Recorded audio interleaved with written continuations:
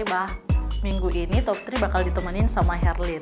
Nah, Herlin bakal nemenin kalian untuk mengecek informasi-informasi terhangat versi kabar Makassar. Tapi sebelum kita ke berita pertama, Herlin mau ingatkan jangan lupa untuk tekan tombol subscribe dan aktifkan notifikasi loncengnya biar kalian tidak ketinggalan informasi-informasi terbaru dari kabar Makassar. Kalau sudah, langsung saja kita ke berita pertama. Nah, di berita pertama ini datang dari Kota Makassar terkait dengan pengalihfungsian kontainer recover. Kira-kira untuk apa ya? Yuk kita cek informasinya. Pemerintah Kota Makassar bakal mengalihfungsikan sejumlah kontainer Makassar Recover yang awalnya digunakan sebagai posko pengendalian COVID-19 menjadi kantor lurah sementara. Kepala Badan Perencanaan Pembangunan Daerah Bapeda Kota Makassar, Helmi Budiman, menjelaskan sejumlah kontainer Makassar Recover akan dijadikan sebagai kantor kelurahan. Langkah tersebut dilakukan sebab sejumlah bangunan kantor kelurahan mengalami kerusakan hingga belum memiliki kantor permanen. Kenapa nggak sekalian nyewa tempat aja ya? Gimana menurut teman-teman? Berita kedua terkait dengan pemanggilan ratusan anggota Satpol PP Kota Makassar di Kejati.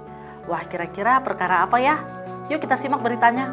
Ratusan personel Satuan Polisi Pamung Praja Satpol PP Kota Makassar diperiksa oleh Kejaksaan Tinggi Sulawesi Selatan. Pemeriksaan tersebut dilakukan dalam penyidikan kasus dugaan korupsi penyalahgunaan dana tunjangan operasional Satpol PP di 14 kecamatan Kota Makassar tahun 2017 hingga 2020.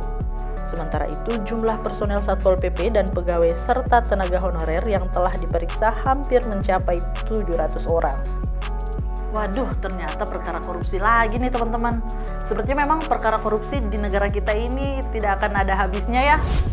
Nah, di berita terakhir ini terkait dengan aksi unjuk rasa yang terjadi di depan kantor Gubernur Sulawesi Selatan.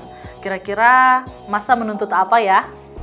Ratusan massa aksi yang tergabung dalam Komite Serikat Nasional KSN berunjuk rasa memadati depan kantor Gubernur Provinsi Sulawesi Selatan Rabu 10 Agustus 2022.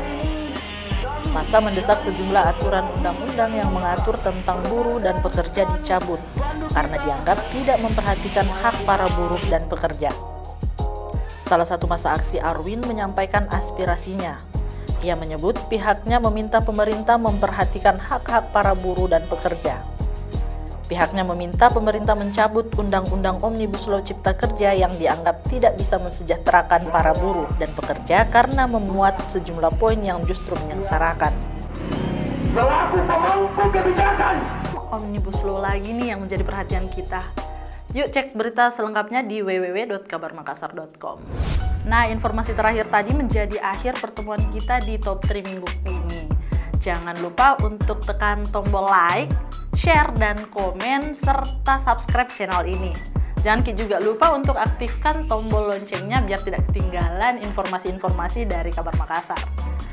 Akhir kata, Herlin Sadit pamit undur diri. Sampai jumpa.